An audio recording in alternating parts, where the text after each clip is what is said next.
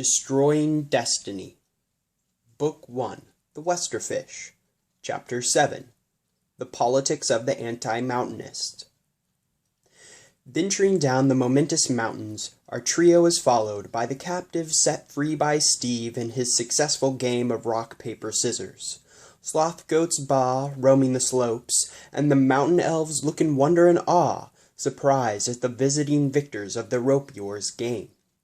And so, the people chant in glorious, praiseful song to the backpack named Steve as they go along.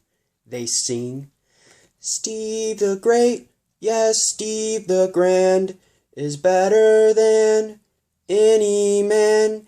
He is a backpack, yeah, a backpack, yeah. Steve the Backpack, we love you. Oh, Steve the Great, yes, Steve the Grand is..." And so on and so forth. The backpack's lovers sang, never fading and never ceasing. All the while, Steve clung to Gertrude's back, being befuddled by the beautiful charm. I still am not quite sure what is going on, zipped Steve, speaking loudly over the ruckus. To be honest, being blind and all, I didn't even know what each symbol looked like. "Yeah, we know, and we tried to tell them that," Pancake sighed, rolling her eyes. "They're convinced that you're some savior or something."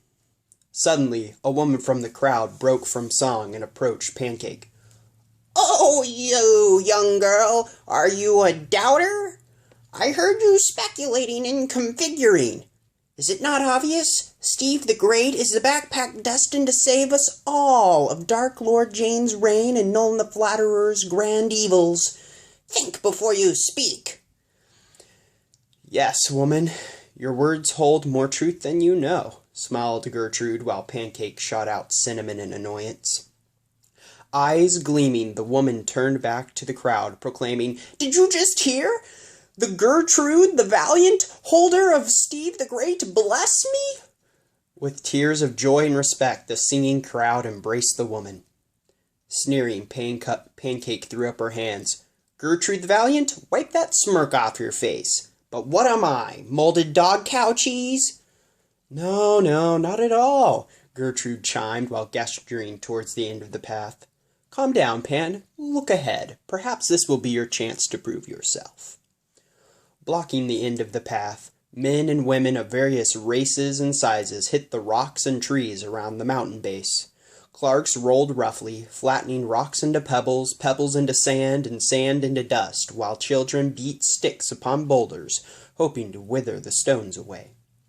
Men clubbed the ground with clubs and sawed trees with saws, while the women washed the sweat from the men's brows with wash rags and kicked an occasional rock.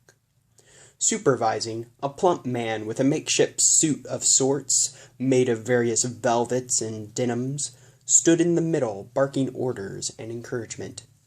"Come on, my people, we can't take down an entire mountain range by moping," the man bellowed. "We must work together. No man rests, no man stops. I, Ronald Bartwood, say if we don't show the world that we mean business, then the world will put us out of business." "What is he talking about?" asked Pancake. Gertrude shrugged his shoulders as they approached Ronald Bartwood. Steve's worshippers, after Steve commanded it, ceased their singing for the moment. "May we pass through, Mr. Bartwood?" asked Gertrude. Pausing his encouragements, Ronald answered, waving his hands inclusively every time he said we or our. "No, boy, we cannot stop for even the wing beat of a cheetah fly." Turning back to his workers, he exclaimed, "Don't stop! We are almost there. Look at all our headway. These mountains will be flattened in a month's time." "Mr. Bartwood, why can't we pass? What are you people doing?" yelled Gertrude through the sound of working men. And the whole sound of working men silenced in shock. "Boy, you don't know what we stand for? What we do?" questioned Ronald, narrowing his eyes. "We are a political party called the Anti-Mountainists. Our goal is simple: destroy all mountains, and our reason is simple too: equality. All things are equal, but evidently the mountains are arrogant enough to think otherwise, rising too high above all other things and showing off their splendor.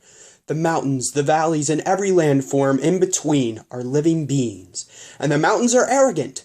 Ronald paused, then continued, shoving his chubby fist in the air. Arrogance must die if there is to be peace in the world, so mountains must fall. In unison, the anti-mountainists, children and all, screamed, No mountain should be high, so we destroy them to keep the valleys from being low. Quickly, the people began destroying the mountains once more.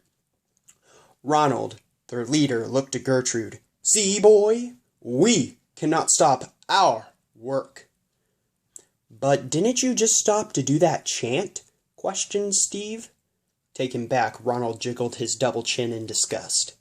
Steve continued. What happened to you, Ronald Bartwood? You used to be mayor of Mountain Town. Shh! Don't say that name, Ronald spoke in a hushed tone. Don't speak of those dark days.